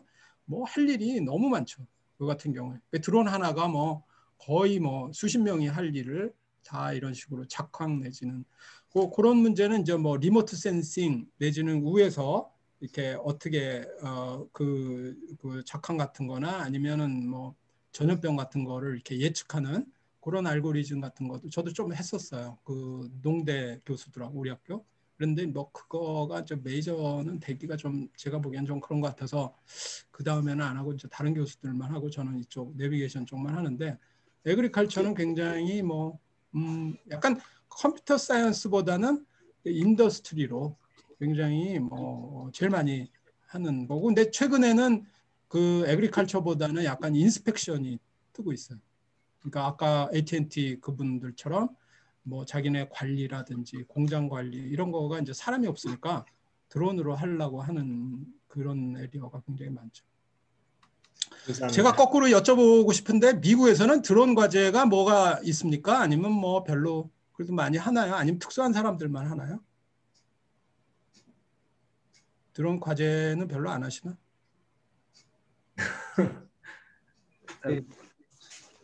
드론이 주로 그 응용 과제들이 많으니까 그냥 뭐 과학재단이나 이런 기본적인 연구에 관련돼서는 그렇게 많지가 않죠. 많지는 않죠. 그 대신에 국방 쪽으로는 굉장히 과제들이 많이 있고 또 재미있는 것들이 많이 있어요. 그렇죠. 그래서 저도 그러니까 관심이 가다 보면 결국 국방이더라고요. 그래서 이제 저희도 뭐 약간 국방 쪽, 그건 뭐 좀 약간 프라이빗한 건데 그런 쪽이 아무래도 이제 뭐 흥미로운데, 그건 약간 좀 그 에티컬 애쉬가 있어갖고 한국은 뭐 그 드론 개발한다면 옛날에 과학원에서 뭐 그 누가 뭐 이렇게 해갖고 막 고발하고 그랬잖아요. 세계 기구에서 얘네들 뭐 킬링 머신을 만든다 뭐 이래갖고. 근데 드론도 국방 기업에서 이게 전투용 진짜로 사람을 죽이는 그런 드론 개발하지만은 사실은 더 많은 드론이 정보 수집용이죠. 그렇죠. 데이터 컬렉션용이기 때문에 사실은 뭐 꼭 국방이라고 볼 수도 없어요. 환경, 기후, 뭐 에어 폴루션, 뭐 모든 분야에 다 드론을 이용해서 데이터 컬렉션을 생각을 하고 있으니까요. 그다음에 레스큐, 뭐 구조, 뭐 이런 쪽, 그렇죠. 그런 쪽은 뭐 좋은 거죠, 그죠? 예. 그다음에 뭐 드론이 지상만 가는 게 아니라 이제 그 바닷속 그 예. 드론도 좀 하시는 분도 있고요. 바닷속 드론도 이름이 똑같이 드론이더라고요. 예. 네, 드론이에요. 네, 예. 그래서 그런 쪽도 미국에서는 많이 해요. 네. 해양 쪽 워낙 지금 질문하신 부분 제가 말씀드리려고 했는데, 그 에피사이라는 회사가 있거든요. 미국의 그 회사가 아까 지금 김선호 박사님 말씀하신 것처럼 국방 쪽에 드론을 연구하는 회사인데, 여기 대표님이 좀 있다가 한 2주 있다가 있을 컨퍼런스에서 발표를 하게 돼 있어요. 그래서 한번 제가 소개를 드리려고 여기 챗에 올렸습니다. 여기서 발표하세요? 예, 교수님 한번 시간 되시면 온라인으로 오실 수 있으니까. 예. 뭐 흥미있네요. 제가 꼭 들어보도록 하겠습니다. 지금 컨퍼런스인데, 예. 역시 이거 이게 줌이 너무 좋네요. 이 세계 각지, 미국 각지에 좋으신 분들하고 뭐 이렇게 얘기를 오래간만에 할 수 있어서 좋은 것 같습니다. 하여간 뭐 제가 약간 좀 뭐 디테일은 너무 시간이 없어서 빨리 그냥 넘어갔는데 뭐 모르겠습니다. 한번 전반적인 제 의견을 이렇게 말씀드렸으니까 이게 뭐 정론은 아니고 자기 나름대로 보는 시각이 다 다르잖아요. 드론이 특히 이게 코끼리가 커요. 그래서 자기가 어디를 보느냐에 따라 굉장히 다르게 보일 수 있는 요소가 많은 에리어거든요. 코끼리 다리를 보느냐, 머리를 보느냐 이거에 따라서 그러니까 사견이라는 걸 생각하고 그다음에 이제 자기가 추구하는 방향이 다 다르니까 그 지역과 국가의 또 과제 같은 경우 한국은 아직까지 국방은 이제 나오는데 그냥 뭐 NSF 그러니까 연구재단도 과제가 많고요. 그다음에 IITP 정보통신도 과제가 많고 이 드론 쪽 그다음에 여기는 지금 말씀 안 하시는데 이 커뮤니케이션 하시는 분이 드론에 엄청 관심 많으세요 요새. 왜냐하면 이 드론 네트워크도 문제가 되고 뭐 어떻게 여러 가지 드론을 해갖고 어떻게 뭐 네트워크를 잘 만드냐 뭐 이런 거. 그래갖고 그쪽에 퍼블리시도 많이 하시고 연구 굉장히 많이 하세요. 우리 학교도 그런 분이 있어요. 우리도 그 연구재단 큰 드론 과제를 저희 학교가 작년에 가져왔거든요. 저도 뭐 일조를 했지만 그 전공하시는 분이 그 커뮤니케이션 하시는 분이에요. 그래서 드론의 네트워크 같은 것도 굉장히 많은 연구를 하고 있는 상태입니다. 한국은 좀 드론 뭐 미국 커뮤니케이션 많이 하시니까요. 네? 한국은 커뮤니케이션 쪽으로 많이 하시니까요. 네, 워낙 너무 많아요. 너무 많아. 그래서 그쪽에 그 돈도 많고 그래서 그런지 그쪽은 뭐 엄청 많이 해서 드론은 심심하지는 않아요. 하니까. 예, 하여간 뭐 만나서 반가웠습니다. 그 강의입니다. 유 교수님께 박수 한 번만 부탁드리겠습니다. 아유, 예, 감사합니다. 예. 감사합니다. 어디서든 만나면 좀 인사 서로 하시죠. 예. 교수님 감사합니다. 안 나가셔도 되고요. 우선 저희 녹화는 여기까지 끝내고 녹화는 여기까지 하겠습니다. 제가. 네.